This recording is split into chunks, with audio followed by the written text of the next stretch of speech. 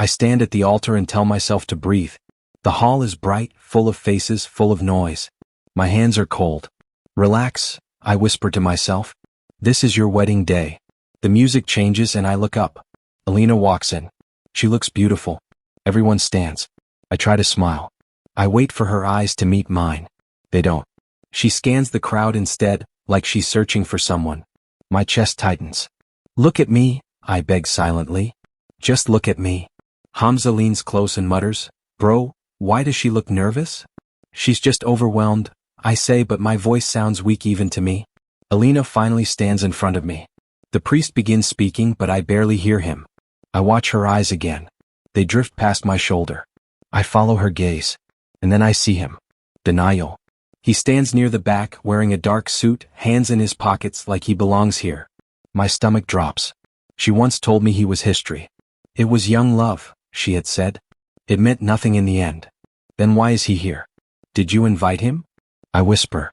She flinches. No. Then why is he here? I don't know, she says, but she doesn't sound surprised. Hamza squeezes my arm. You okay? I'm fine, I lie. The priest clears his throat. We are gathered here today. His voice fades into the background. My thoughts get louder. I remember the nights Alina told me about her past. He broke my heart, she had said. I would never go back. I believed her.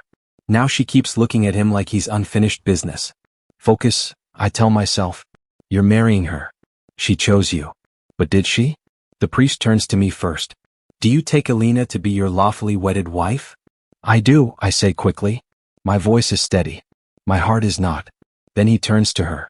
Do you take this man to be your lawfully wedded husband? There's a pause. It's small. Maybe 2 seconds. But it feels like a lifetime. Alina swallows. I see her fingers tremble in mine. Alina? The priest prompts gently. She looks at me.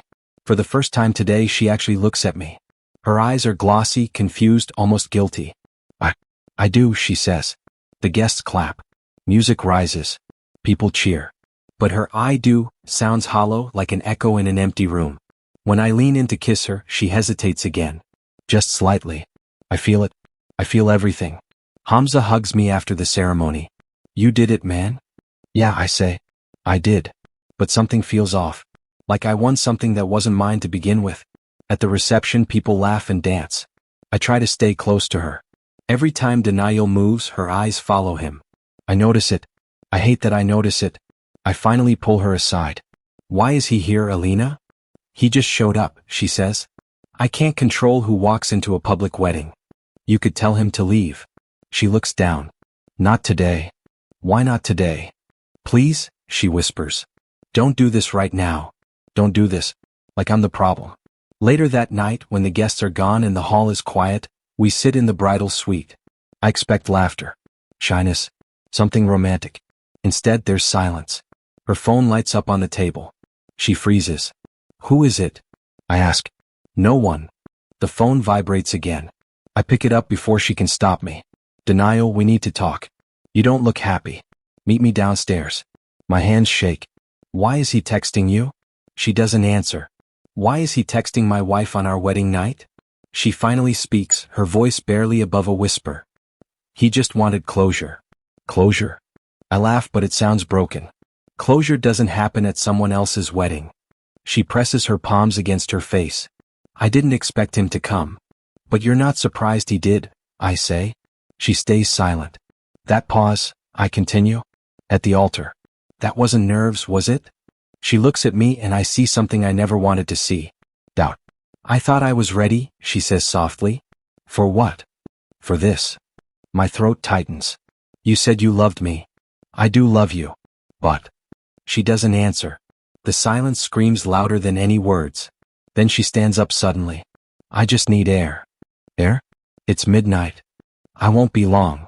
She walks toward the door. I follow her quietly down the hallway, stopping before she sees me. I hear her voice before I see her. I made the wrong choice, she whispers. My heart stops. I thought I could move on, she continues. But seeing you again, I don't need to hear the rest. I walk back to the room slowly. Each step feels heavier than the last. I sit on the edge of the bed that was supposed to be ours. I stare at my hands. I married her, I say to myself. But I didn't marry her heart. And for the first time in my life, I understand what it means to lose something before you ever truly had it. I wake up at 2 a.m. to a bright light flashing in the dark. At first, I think it's my alarm. Then I realize it's her phone. It's on the nightstand. The screen lights up again. I shouldn't look. I look. Denial, you don't have to live with regret. Come to me. My chest tightens so fast I can't breathe. My hands start shaking before I even touch the phone. Alina, I say quietly. She doesn't move. I say her name again louder. Alina. She opens her eyes slowly. What's wrong? I hold up the phone. You tell me. Her face goes pale. Why is he texting you at 2 in the morning? I ask. She sits up silent. Answer me. He just what? My voice cracks. You don't have to live with regret? What regret? She rubs her temples. Keep your voice down. No, I say. I won't. She looks at me like I'm the one causing a scene. I thought you moved on, I say. My throat burns when I speak. You told me you moved on. I tried, she whispers. That word feels like a knife. You tried. I repeat. What does that mean? It means I tried to forget him, she says, her voice shaking now. I tried to build something new. With me? I ask. Yes.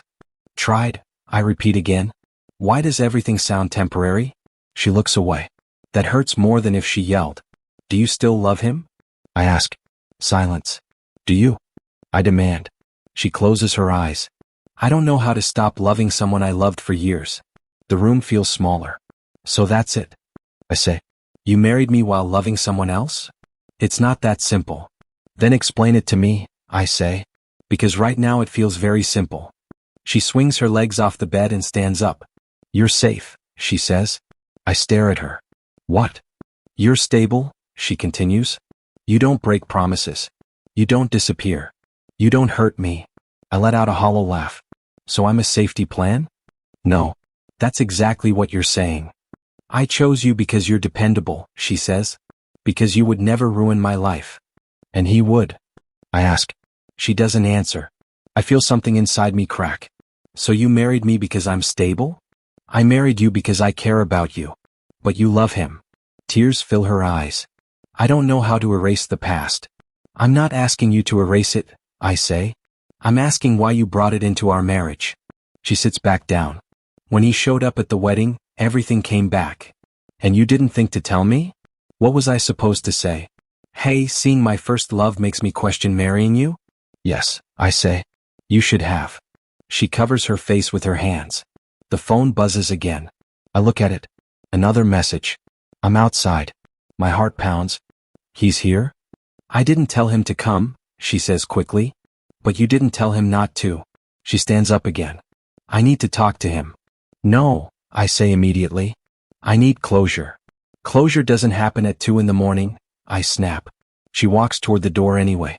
If you walk out, I say slowly, you're choosing him. She stops. For a second I think she'll come back to me. Instead she whispers, I need to know. And she leaves the room. I sit on the edge of the bed staring at the door. Every second feels longer than the last. I don't chase her. I can't. I feel frozen. After 20 minutes she comes back. Her eyes are red. Did you hug him? I ask. That's not the point. It is to me. She doesn't answer. I stand up. Tell me the truth. Right now. No half answers. She looks at me like she's about to jump off a cliff. I still love him, she says. The words hit harder than I expect. I thought I was prepared. I wasn't. Then why marry me? I ask, my voice barely steady. Because loving someone doesn't mean they're right for you, she says. He's unpredictable. He hurts me. He makes bad decisions. And I don't, I say. No. So I'm the logical choice. You're the safe choice, she corrects softly. I nod slowly. Safe. She reaches for my hand. I thought love would grow. Did it? She hesitates. That hesitation is my answer. The next morning her sister Sana calls me. I heard you two fought, Sana says. That's one way to describe it. She's confused, Sana says gently. Love is complicated. Not that complicated, I reply.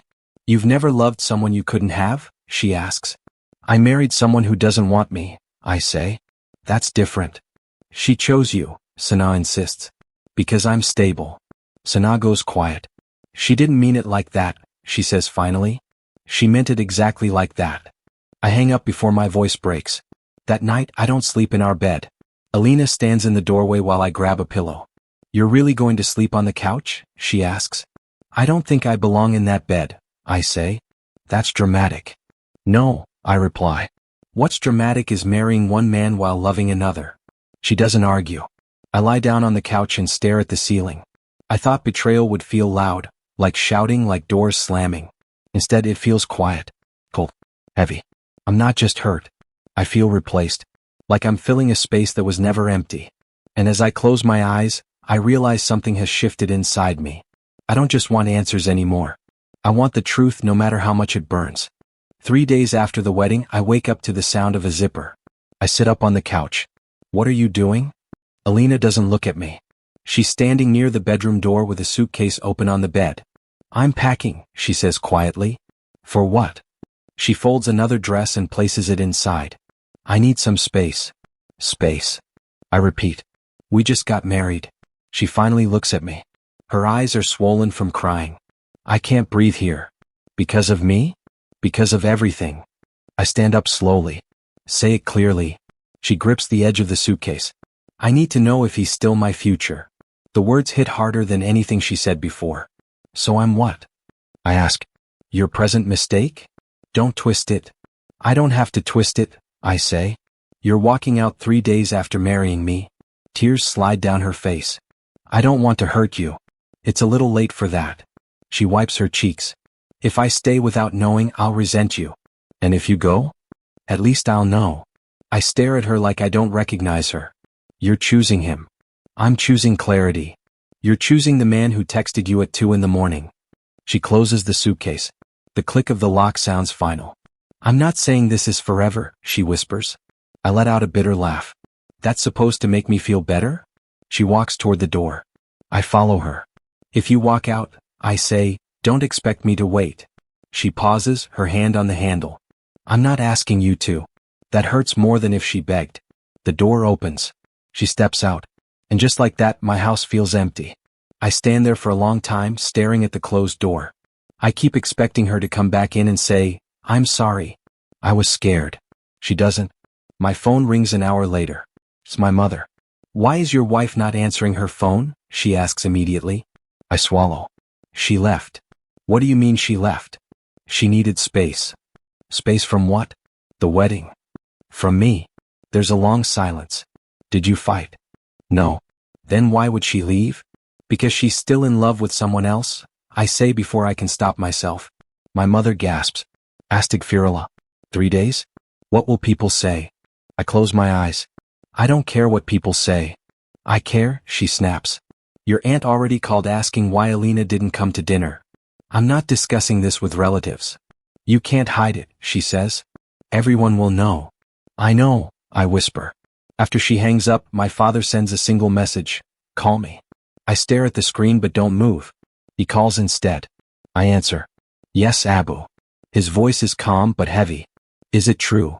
Yes. Did you try to stop her? She had already decided. Silence. You're my son, he says finally. Don't let anyone treat you like an option. I nod even though he can't see me. I won't. That's all, he says and ends the call. That silence from him feels worse than shouting. By afternoon, my phone won't stop ringing. Cousins, uncles, even people I barely talk to. I stop answering. Messages flood in. Is everything okay? Where is Alina? We heard something strange. I throw my phone onto the couch. Hamza shows up in the evening without warning. He walks in, looks around and says, so it's true. Yeah. He sits across from me. She left. With a suitcase. For him? To figure out if he's her future. He shakes his head slowly. That's brutal. I laugh dryly. You think? He studies my face. What are you going to do? What can I do? You can beg her back, he says bluntly. Or you can let her learn. I look at him. Beg. If you want her that badly. And if I don't? Then you let her go and see what she chooses when there's no pressure. I run my hand through my hair. If I chase her, I lose myself. He nods. Exactly. I stare at the empty hallway. Part of me wants to call her. To say I forgive everything. And the other part? Wants to see if she ever calls me first. Hamza leans forward. Listen to the second part. What if she never comes back? Then she was never really yours. That truth settles heavy in my chest. Later that night, Alina finally texts me. I'm safe. I type back, are you happy? 3 dots appear. Then disappear. No reply. I stare at the screen for 10 minutes before locking it. The house feels too quiet. I walk into the bedroom and see the empty space in the closet where her clothes used to hang. 3 days ago, I thought this room was the start of my future. Now it feels like evidence. Evidence that I married someone who wasn't ready. My phone buzzes again. It's my mother. People are talking, she says immediately. Your aunt says this is shameful. Let them talk. How can you be so calm? I'm not calm, I say. I'm done. She goes quiet. Will you bring her back? No. You won't even try? I won't chase someone who walks away from me. After I hang up, I sit alone in the dark. I think about running after her. I imagine showing up at Denial's place demanding she come home. But then I hear my father's voice in my head. Don't let anyone treat you like an option. I take a deep breath. I won't beg. If she wants him, she can have him. If she wants me, she'll have to choose me without doubt. For the first time since the wedding, I feel something different. Not heartbreak. Not anger. Strength. It's small, but it's there. And I hold on to it like it's the only thing I have left. I go back to work on Monday like nothing happened. The office feels the same. The chairs. The desk. The quiet hum of computers. But I feel different. Heavier. Quieter. I sit at my desk and stare at my screen. You look like someone who lost a war. I look up. Zara is standing there with a file in her hand. Good morning to you too, I say. She studies my face. I'm serious. You haven't spoken in 10 minutes. That's not normal for you. I lost my wife, I reply. She blinks. That was fast. 3 days fast. She pulls the chair across from me and sits down. What happened? She chose someone else. Zara leans back slowly. On the honeymoon? Before it even started. She exhales. I'm sorry. I shrug. Don't be. I was the safe option. What does that mean? It means I'm dependable. Predictable. Stable. I force a smile. Great qualities, right? They are. Not if you're competing with a first love. She tilts her head. So she married you because you were stable? Yes. And she left because? She needed to know if chaos felt more like love. Zara is quiet for a moment. Then she says, or maybe you lost an illusion. I frown. What illusion? That being chosen for safety is the same as being chosen for passion. Her words sting because they're true. I thought love grows, I say quietly. It does, she replies. But only if both people are planting it. I look away. I was planting alone. She nods slowly. So who were you before this? What do you mean? Before marriage. Before being the responsible one. Who were you? I laugh softly. I've always been responsible. Since when? Since I can remember. I lean back and stare at the ceiling. I was the calm one in school, I say. The guy teachers trusted. The friend who never caused trouble. The boyfriend who never cheated. And that's bad, she asks. No. But I was never the exciting one. No one ever looked at me like I was a risk worth taking. Zara folds her arms. You think love is about risk? I think passion is. And you wanted her passion. Yes, I admit. And instead you got her comfort. I nod. She stands up. Then stop being comfortable. What does that even mean? It means stop living like your only value is stability. I run a company, I say. Stability is kind of important. I'm not talking about business, she says. I'm talking about you. Her words stay with me long after she walks away. That evening, I don't go home right away. I drive to a gym I used to pass but never entered. I stand outside for a minute. What are you doing? I ask myself. Then I walk in. The trainer looks at me. First time? Yeah. What's your goal? I pause. Control, I say. He laughs. Most people say weight loss. I'm not most people. He hands me a form. Consistency beats emotion. I almost smile. Good. I'm done with emotion. The first workout is brutal. My arms shake. My lungs burn. Breathe, the trainer says. Don't quit. I'm not quitting, I reply. I don't know if I'm talking about the workout or my life. The next morning, Zara notices immediately. You went to the gym, she says. How do you know? You're walking like an old man. I chuckle. It hurts. Good, she says. Pain means you're building something. Or breaking something. Sometimes it's the same thing. During lunch, she sits across from me again. So what's the plan? There is no plan. There should be. I look at her. Why do you care? Because I hate seeing wasted potential. I'm not wasted. You were, she says calmly. You were shrinking yourself to fit someone else's comfort. That's harsh. It's honest. I tap my fingers on the table. I thought being reliable was enough. It is, she says. For the right person. That line hits deeper than I expect. So what now? She asks. Now I work, I say. I build. I focus. For revenge. No. For what then? For me. She studies me for a second, then nods. That's better. Days turn into weeks. I wake up early. I train. I work late. I stop checking my phone every hour. Hamza calls one night. Have you talked to her? No. She hasn't called? She texted once. I didn't reply. Cold, he says.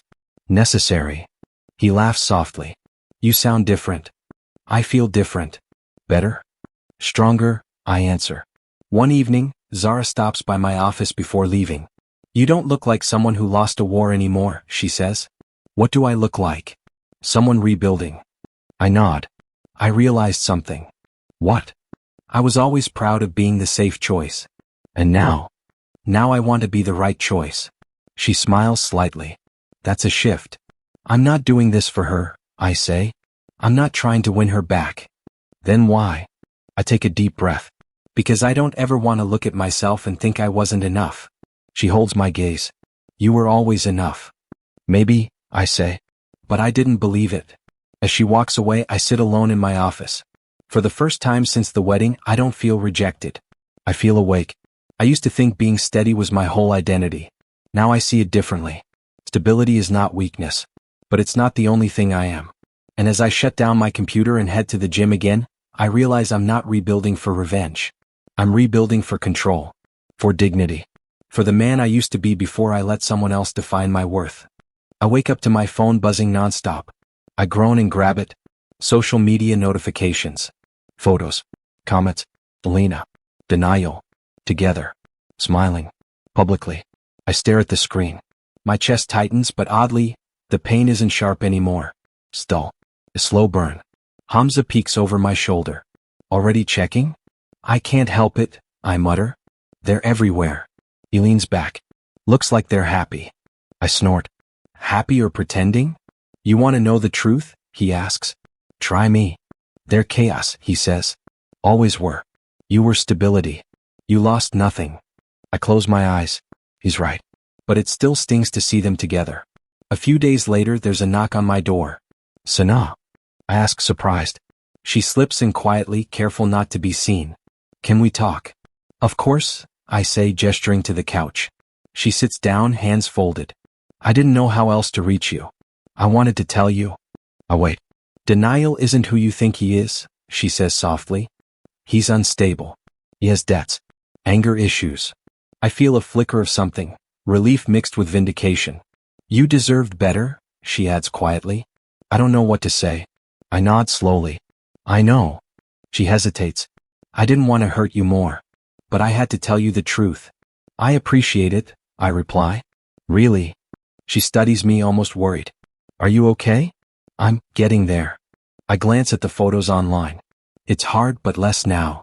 That's because you're seeing clearly, she says. Not through anger or heartbreak. I lean back, closing my eyes. Karma. It's moving slowly. I can feel it. The universe has a way of balancing things out.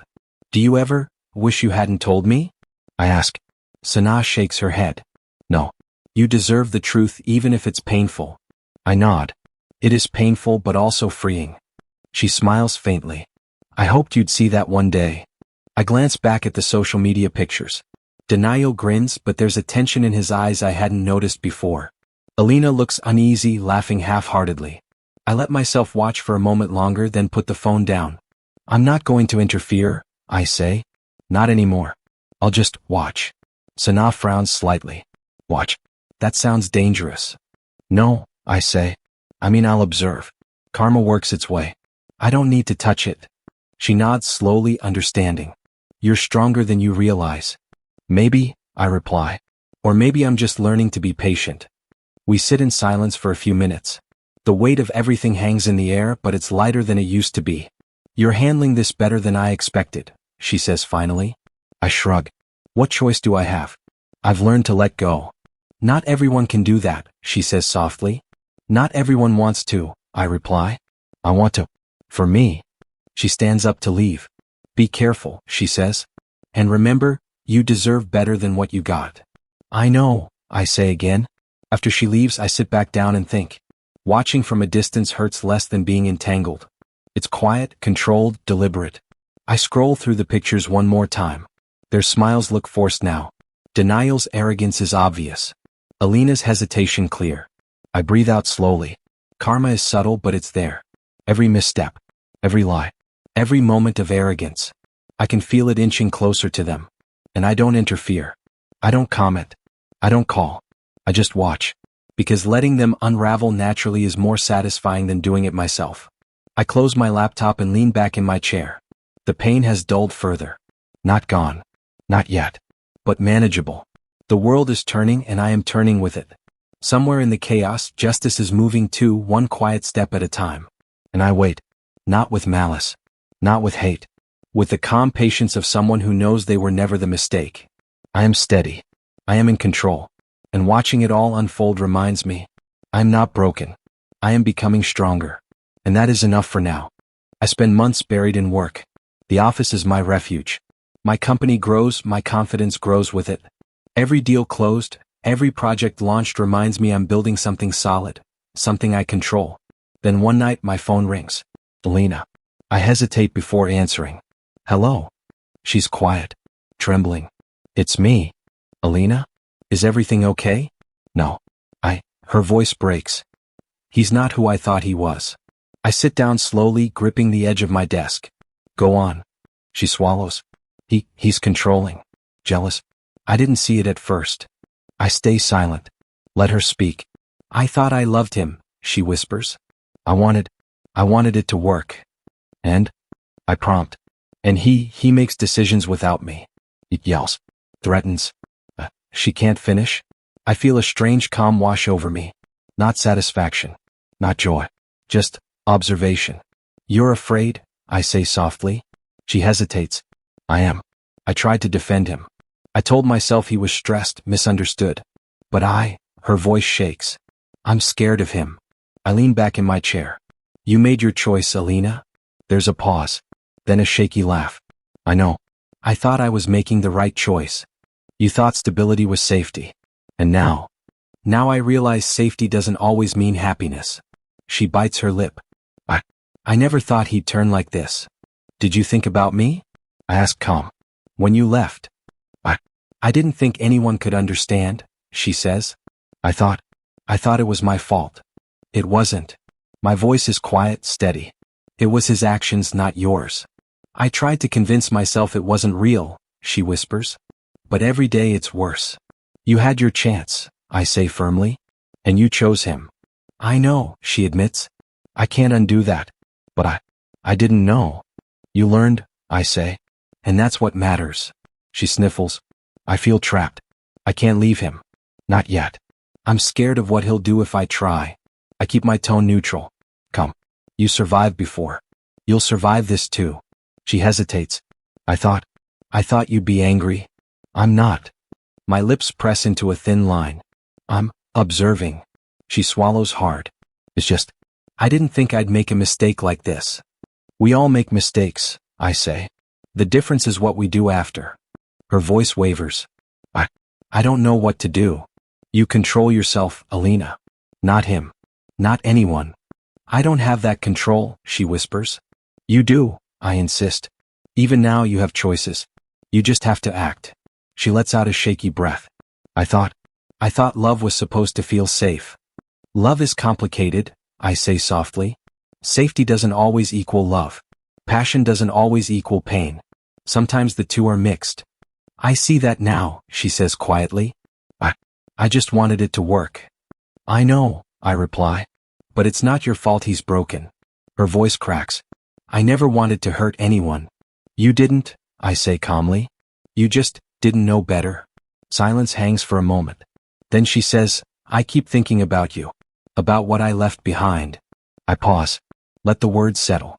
You left stability. You left someone who cared for you without strings. But it was your choice. I know. Her voice trembles. And I hate myself for it. Don't hate yourself, I say gently. Learn from it. Grow from it. That's all you can do. I feel trapped, she admits again. I can't leave him, but I can't stay happy either. You'll find a way, I say. You'll find the courage. But don't mistake fear for love. Don't confuse control for affection. I keep telling myself it's love, she whispers. But it's not. You have to accept that, I say quietly. Then you can act. She swallows a long pause on the line. I don't know if I'll ever forgive myself. Forgiveness comes later, I say softly. First you survive. Then you rebuild. Her voice is barely audible. I don't know if I can survive this. You can, I insist. You always could. You just needed to see reality. A shaky breath. I do see it now. Good, I say. That's progress. I can't thank you enough for not being angry, she admits. Most people would, they'd be furious. I'm past fury, I say quietly. I have other things to focus on now. She pauses. Like what? Like myself, I reply. Building what I control. Making sure I don't rely on anyone else for my happiness. I hope I can learn that too, she whispers. You can, I say. It takes courage, but you can. Another silence stretches over the line. Then she says softly, I never meant to hurt you. You didn't, I say. You were just blind to the truth. Her voice breaks. I wish I'd realized it sooner. So do I admit quietly. But hindsight doesn't change the present. I know, she whispers. I just wish. You wish you hadn't left? I guess. Yes, she admits. And no, I don't know. I'm scared. I wanted love and I thought I found it. And you didn't, I say gently. No, she admits. I let the words hang in the air. That's your reality. Not mine anymore. Her voice is tiny. I know. You have to navigate it, I say calmly. You don't need me to fix it. You need to fix it yourself. She swallows. I understand. You'll be okay, I say. I know you will. But it won't be easy. I'm afraid, she whispers. Good, I say softly. Fear means you care. Means you're alive. Now act. Another pause. Then she says quietly, thank you. You're welcome, I reply. We hang up. I stare at the phone for a long moment. A strange calm fills me. Not relief. Not joy. Just control. For the first time I feel the power shift. Not because I wanted it to. Not because I sought revenge. Because I stayed steady and she is finally seeing reality for what it is. And watching that unfold without touching it gives me a strange, undeniable strength. I'm deep in paperwork when I hear the knock on my office door. I glance up. Elena, standing there. Rain soaking her hair. Tears streaking her cheeks. She starts. Her voice breaks. I made a mistake. I set my pen down slowly. You did. She steps inside hesitant, like she's crossing a line she shouldn't. She tries again. I didn't mean to. I hold up a hand. Stop. Just stop for a second. Her lips tremble. I was wrong. I shouldn't have left. I watch her. Come. Not angry. Not desperate. Clear. Why are you here? I ask softly. She swallows hard. I don't know where else to go. Denial, he disappeared. 4 days. And when he comes back he's not the man I thought he was. I nod slowly. And you realized what? That I, her voice cracks. I was wrong about him. About everything. I lean back in my chair, folding my arms. You realized you were wrong. That's important. She drops into the chair across from me, burying her face in her hands. I thought I needed him. I thought leaving you, leaving stability, was love. And was it? I ask quietly. She looks up, eyes glistening. No. I was chasing a ghost. A fantasy. And now, she shakes her head. I feel empty. Alone. I let her words sink. The familiar ache of the past months whispers at me, but I don't chase it. I observe. I listen. You were afraid of being alone, I say softly. Always. Her eyes widen then drop. And that fear, I continue, made you choose chaos instead of clarity.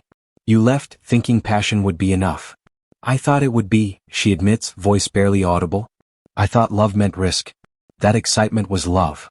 And now? I ask. She swallows. Now. I realize risk can hurt. Excitement can destroy.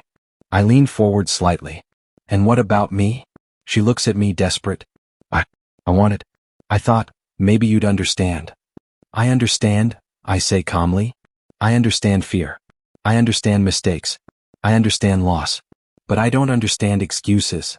Her lips quiver. I didn't know what else to do. I was scared. I didn't mean to hurt you. You hurt yourself more than anyone, I reply. And you hurt him and me indirectly. But this, I gesture between us. This isn't about pain anymore. It's about clarity. She whispers, clarity? Yes. You need to see who you are, who you want, and what you deserve. Not just react to fear. Her shoulders slump. I thought leaving would fix me. I thought running to him would make sense. And did it? I ask. She shakes her head. No. I feel more alone than ever. I study her calm. Alina, I was your safety net, not your love. I never promised you passion. I never promised you romance. I promised stability. And you used it as a cushion for your mistakes. Her hands tremble. I didn't mean to. You didn't mean to, I repeat. But meaning doesn't undo consequences. Tears stream down her face. I was so scared. I thought I'd be abandoned. That I couldn't survive without him. Without someone. And now? I ask. Now, she swallows. Now I see I was always running from myself. I wanted to hide from fear instead of facing it. I nod slowly. Exactly. Fear makes people make bad choices. But fear doesn't get to dictate your life forever.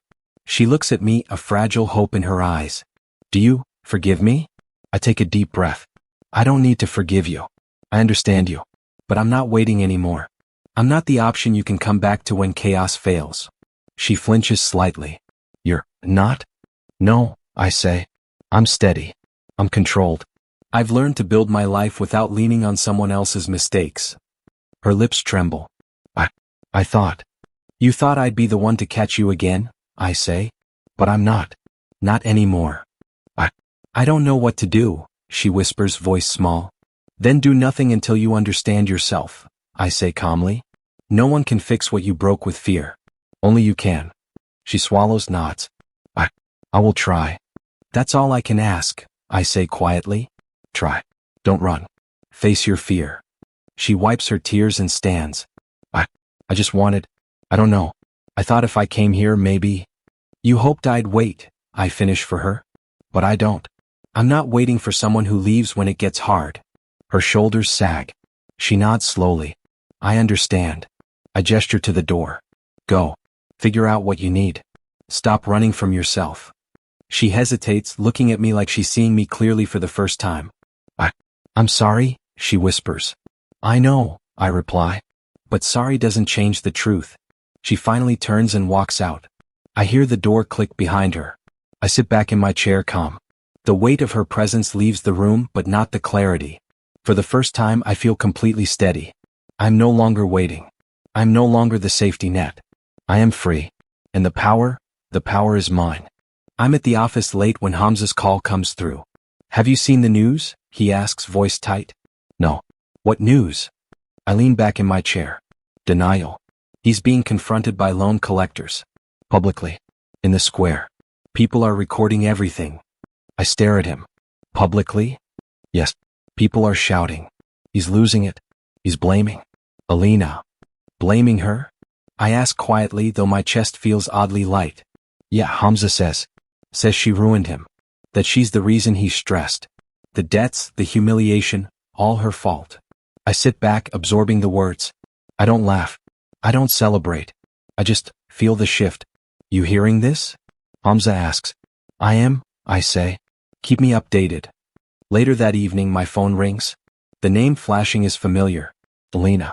I hesitate before answering. Alina? Her voice shakes. I don't know how to say this.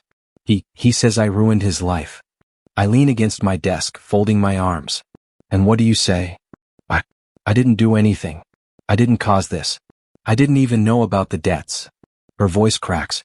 But he's angry, threatening. I'm scared. I stay silent for a moment. I don't offer solutions. I don't give advice. I just listen. I thought I could handle him, she whispers. I thought I could protect myself. But I can't. You can't protect him, I say quietly.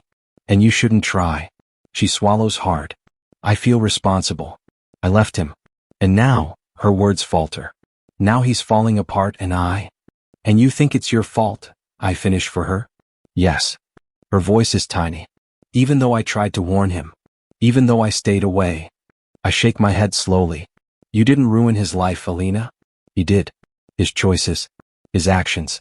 His mistakes. Not yours. I keep thinking maybe if I'd stayed I could have helped him, she admits. No, I say firmly. You can't fix someone who refuses to take responsibility for himself. You tried. You acted with clarity. That's enough. I feel guilty anyway, she whispers. You're human, I reply. Feeling guilt doesn't make you guilty. I don't know what to do, she says, voice shaking. Do nothing, I say calmly. Step back. Let him face the consequences of his actions. Don't intervene. She exhales slowly. I can't believe it's coming down on me too. I'm afraid. You don't need to be afraid, I say. Karma is catching up. You don't have to help it along. I wish it weren't this way, she whispers. Life isn't fair, I say quietly. But fairness doesn't mean intervention. It means facing reality. She pauses. I wanted him to be better. I don't know. Better? I ask. For you or for him? For me, she admits. I wanted him to love me like I thought he would. I wanted stability, safety, maybe even happiness. And instead, I prompt. Chaos, she says softly. Fear. Debt. Anger. Everything I tried to avoid, I ended up entangled in anyway. And now you see clearly, I say. Yes, she whispers. I wish I had sooner. You can't change the past, I remind her. You can only act in the present. I know, she says. I just wish I could undo it all. You can't undo it, I repeat. But you can survive it. I feel powerless, she admits. I didn't anticipate how far he'd go. How reckless he'd be. That's because you're not responsible for him, I say.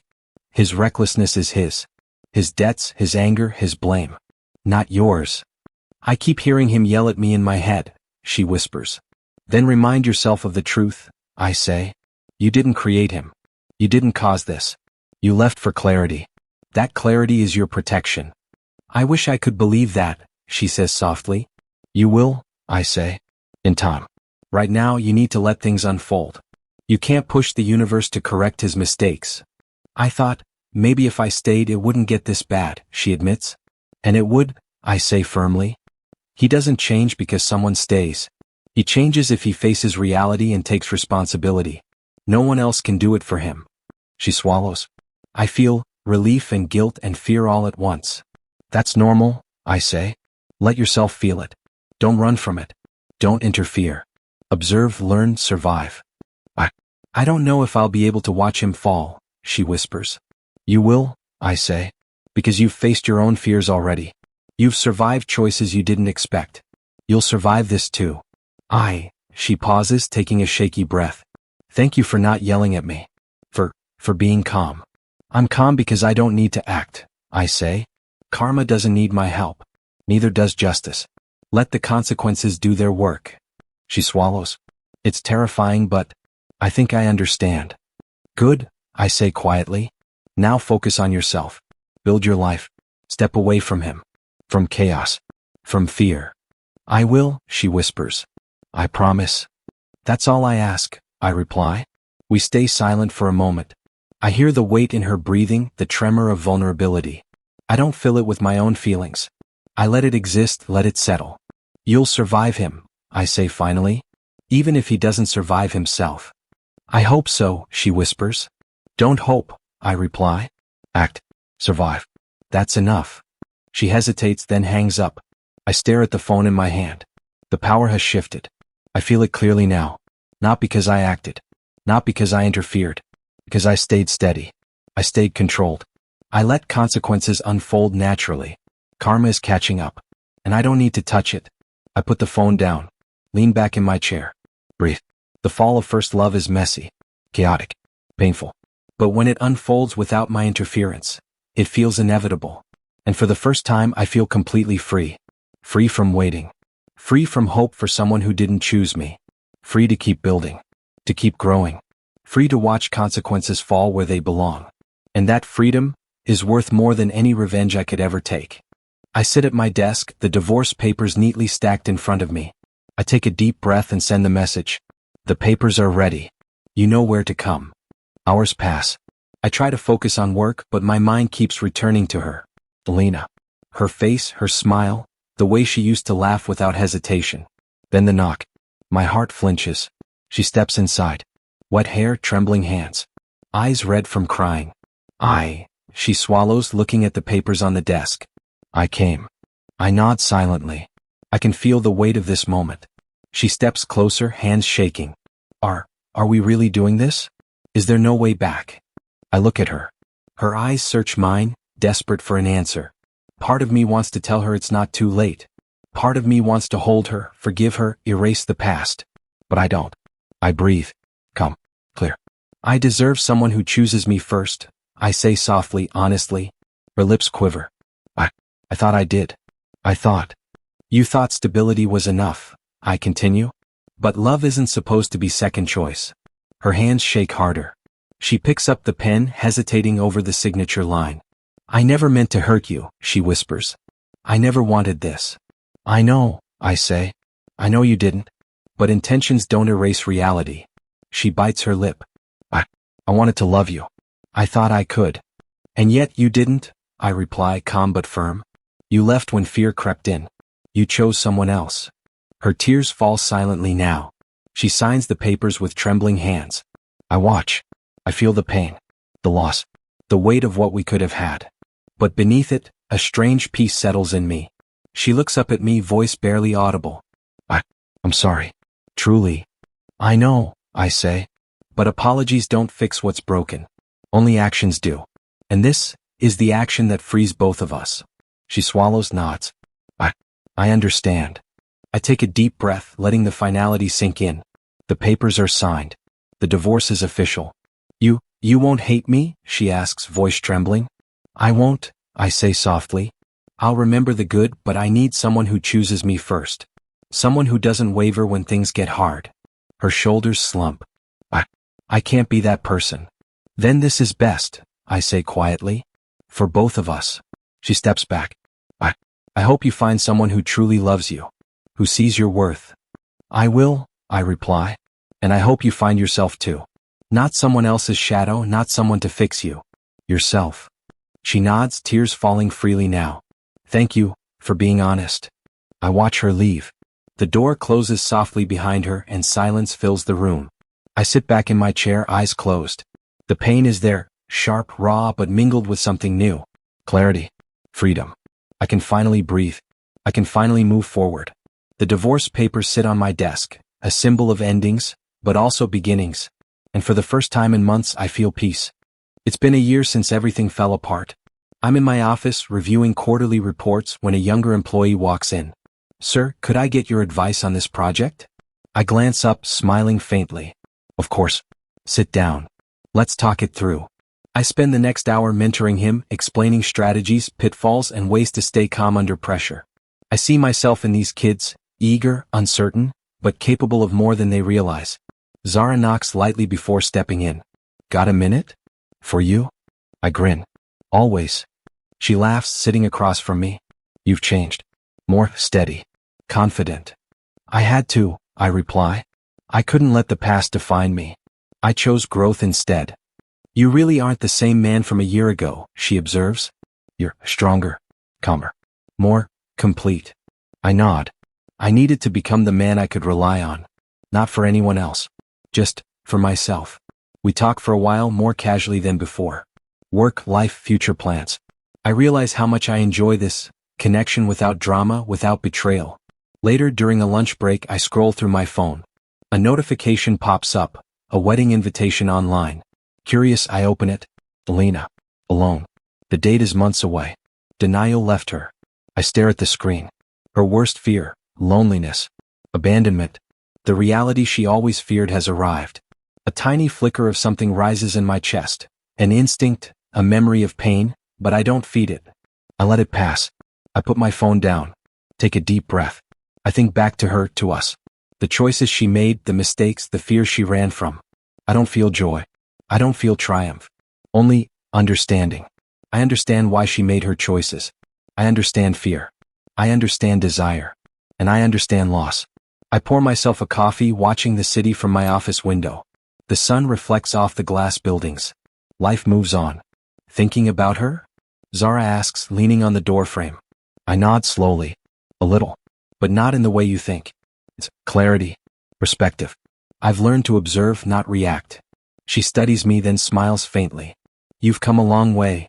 I had to, I say softly. Being betrayed taught me something. But betrayal doesn't have to define you. Growth does. I take another sip of coffee. I'm not bitter. I'm not angry. I'm better. Stronger. Focused. Zara leans back. And you didn't even have to revenge anyone to get here. No, I reply. Karma has its way. I've learned that. I don't need to touch it. I just need to live my life. The office hums around us. Phones ringing, keyboards clicking, people talking. Life is steady. Predictable. Safe. And I like it that way. I glance at my laptop again, the wedding invitation still open in my mind.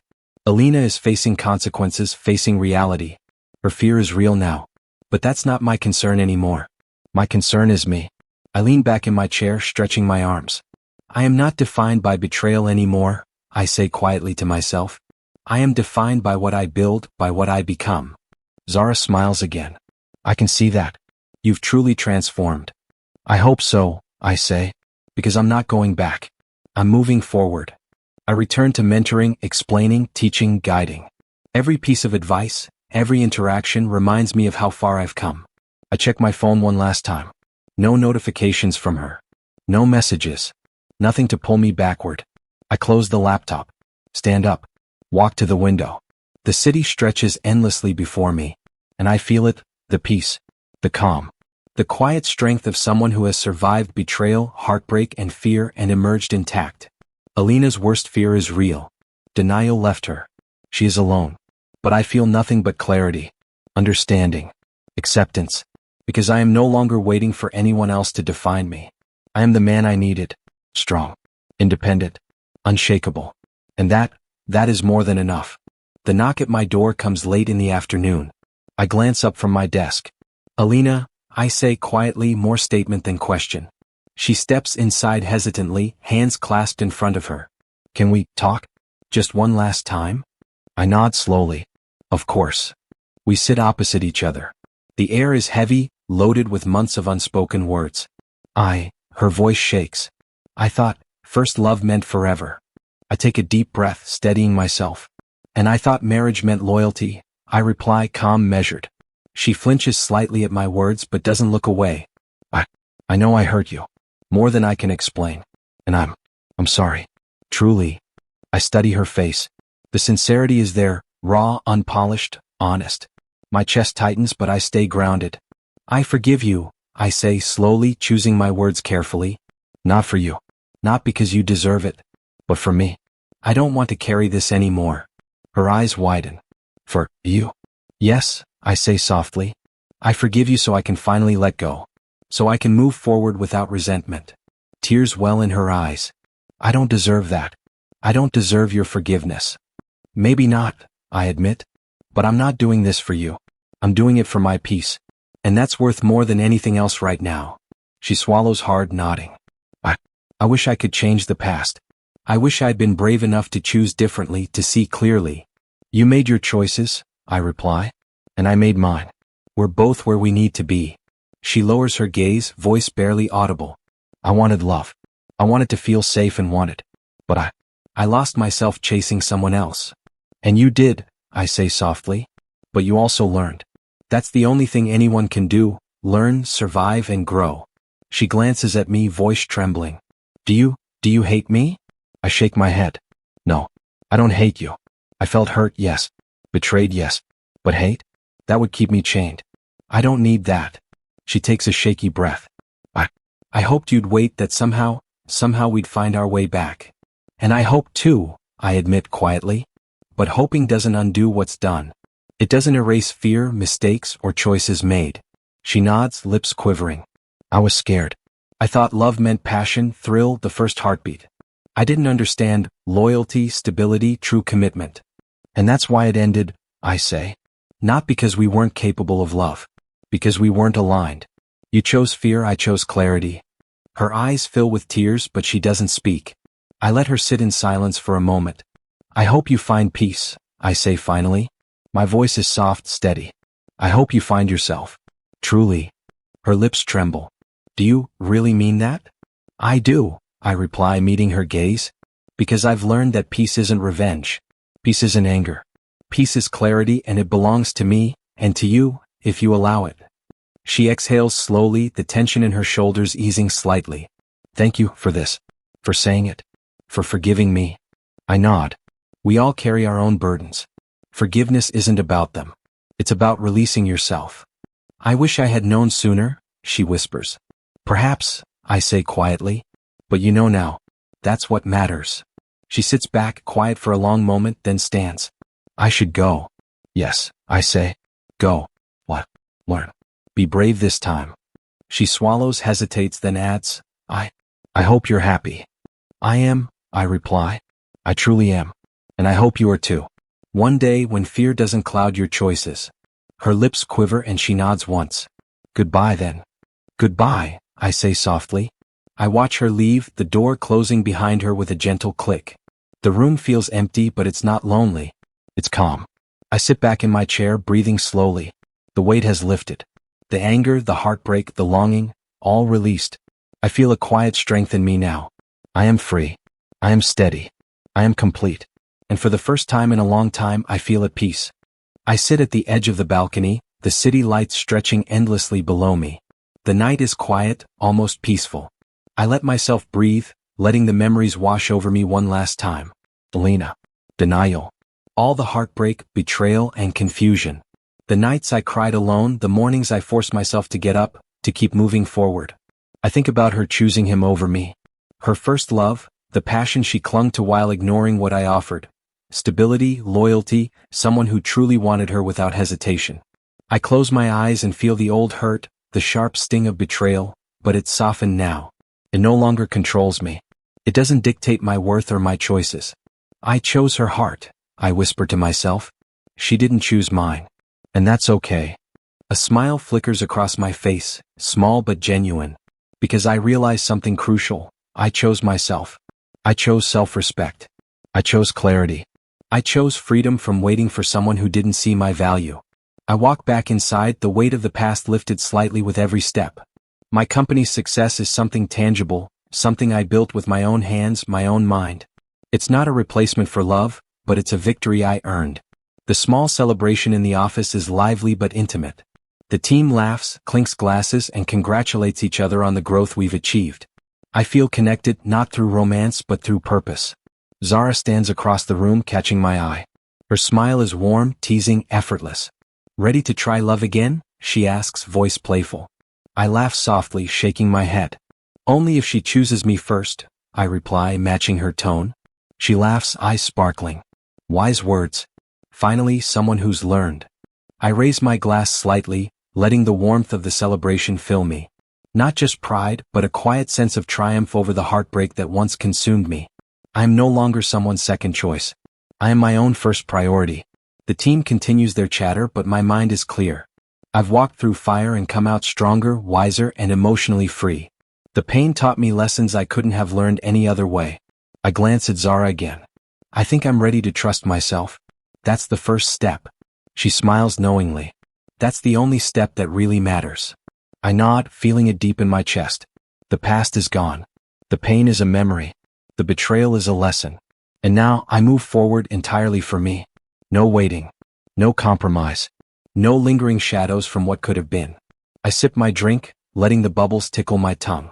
The future is mine to shape, mine to enjoy, mine to conquer. And if love comes again, it will be on my terms. On my first choice terms. Because I've learned something priceless. I am enough. I am worthy. I am complete on my own.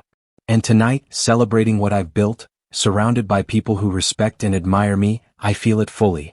I am free. I am strong. I am first. And that, finally, is more than enough. If this story stayed with you, subscribe now for the next powerful story.